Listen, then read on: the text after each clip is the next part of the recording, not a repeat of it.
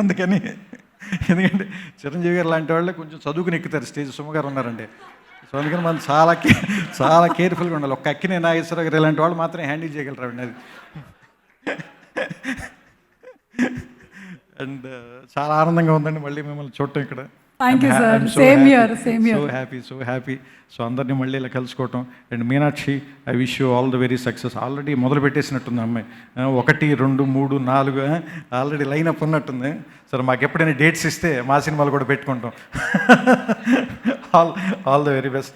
Priyadarshi and పెళ్లి చూపుల నుంచి చూస్తున్నాను. You're very sincere actor. I wish you all the very success.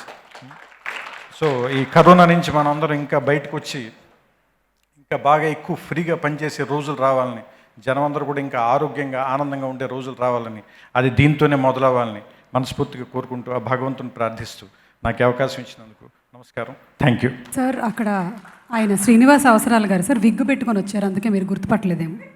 Srinivas అవసరాలు గారు ఆయన ఆయన తాలూకు అసోసియేట్ డైరెక్టర్ గొడవ పడుతున్నట్టుగా ఒకటి తీశారు. అవును. నేను నిజంగా శ్రీనివాస్కి ఏంటి గొడవ ఏంటి అని చెప్పి హర్ట్ అయి చూసిన తర్వాత అది ప్రాంక్ అని తెలిసి నేను చాలా హర్ట్ అయిపోయాను. అప్పటి నుంచి నేను శ్రీనివాస్తో మాట్లాడట్లేదు. ఓ, ఆయనకి నాకు గొడవ అయింది. సో మీరు ప్రాంకులు చేసిన వాళ్ళతో మాట్లాడరు అనమాట. నేను చాలా బాధపడి చూశాను. అది చూస్తే తీరా చివరిలో అది ప్రాంక్ అని తెలుస్తుంది నాకు. Okay sir, thank you sir. Requesting you to please be on stage.